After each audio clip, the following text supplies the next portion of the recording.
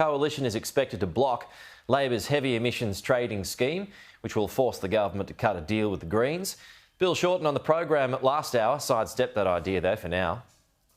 We'll keep true to what we've said, which is we want to tackle climate. We'll do it in a way which encourages new jobs and preserves jobs rather than just creating uncertainty either on the far left or the far right.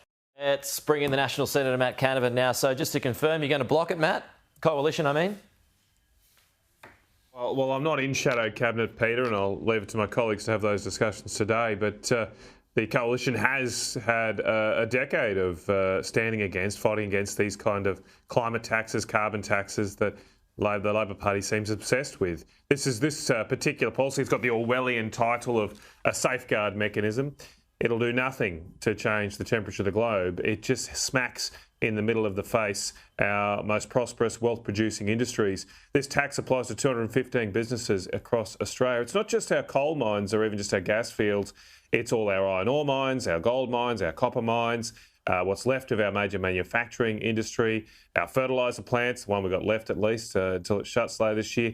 I mean, why would we tax? Why would we put a massive tax on the very industries, the sectors that are keeping this country afloat?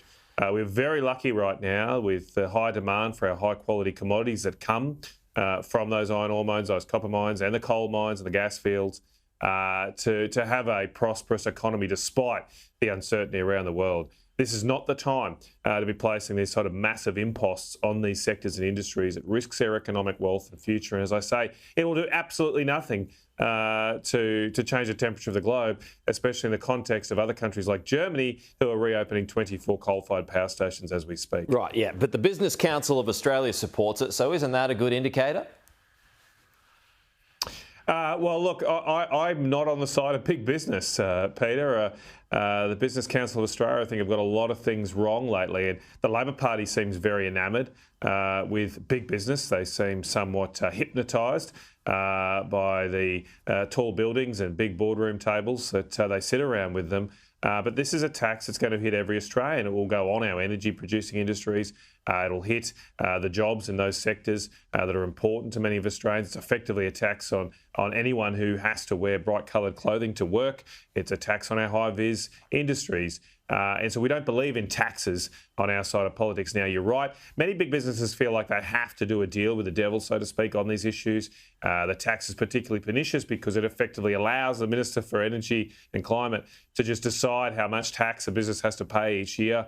And so, of course, a lot of businesses are very shy from putting their head above the parapet, so to speak, because they could just be smacked if they do. But we will keep fighting for small businesses. We'll keep fighting for Australian families who just want a solution to their cost of living concerns. That's the biggest issue raised with me over summer, over this Christmas break. And this government seems to have no answer for people except these massive new taxes and apparently grand ideological schemes to remake capitalism. Well, it doesn't help people balance their budgets. On that point, the subject of capitalism, Jim Chalmers has got a plan to remake it, as he said. So just moving away from credits and what have you, what do you make of his essay?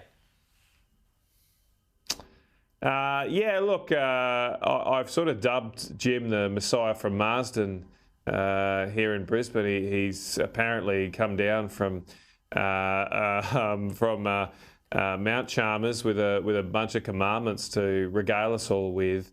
But I'm not sure if he is a Messiah from Mars. I think he's a Messiah from Mars, actually. He seems like he's from another planet, as I say.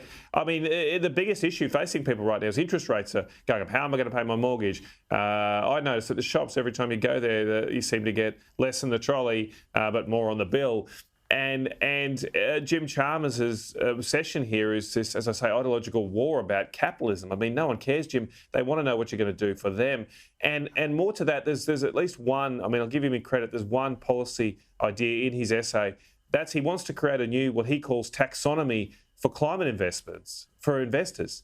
I mean, again, the Labor Party seems obsessed here with big business. There's not one mention of the word family in Jim's essay, not one mention of small business, not one mention of mining and manufacturing and farming, the things that make this country tick. I just think Jim and his newly elected Labor cohort seem so out of touch just over half a year from the election. They don't seem to understand the pressures on Australian families, and that's why you can write 6,000 words as your nation's treasurer and not mention Australian families once. Okay, but as they point out, so many of these cost pressures do come from factors that are outside of the government's control. If free markets are not working in some spaces, would that not require some government intervention? Well, look, I'm not against government support for families. I'm not against, I don't want a unrestricted laissez-faire capitalism. That's not what I'm about. It's not what the Liberal Party's about. To say we're not in favour of big business just getting their way. What the Liberal and Nationals parties are about is wanting to support families and those small businesses. And yes, do that through government support and help. But as I come back to the point here, that what Jim Chalmers wants is not so much to remake capitalism, but to have an unholy alliance between big government and big business. As I say, he's obsessed here with helping investors, green investors, to make more climate change investments. That's to help make them more money. That's what he seems to want to do. I don't think your government should be reflexively defending the interests of the large financial sectors, the large banks who invest in these boondoggle climate schemes. What we need is a government's going to help families and support them, bring down energy bills, help them with the cost of living, get back to some decent levels of family support for people who have children and are facing high cost pressures, help them buy their own home, like the Coalition wants to do by giving them access to their superannuation. Those sort of things, the real practical, tangible things governments can do to help people, rather than, as I say, just seek to support and defend the interests of big business. Matt Canavan, we'll leave it there. Appreciate it, though. Thank you.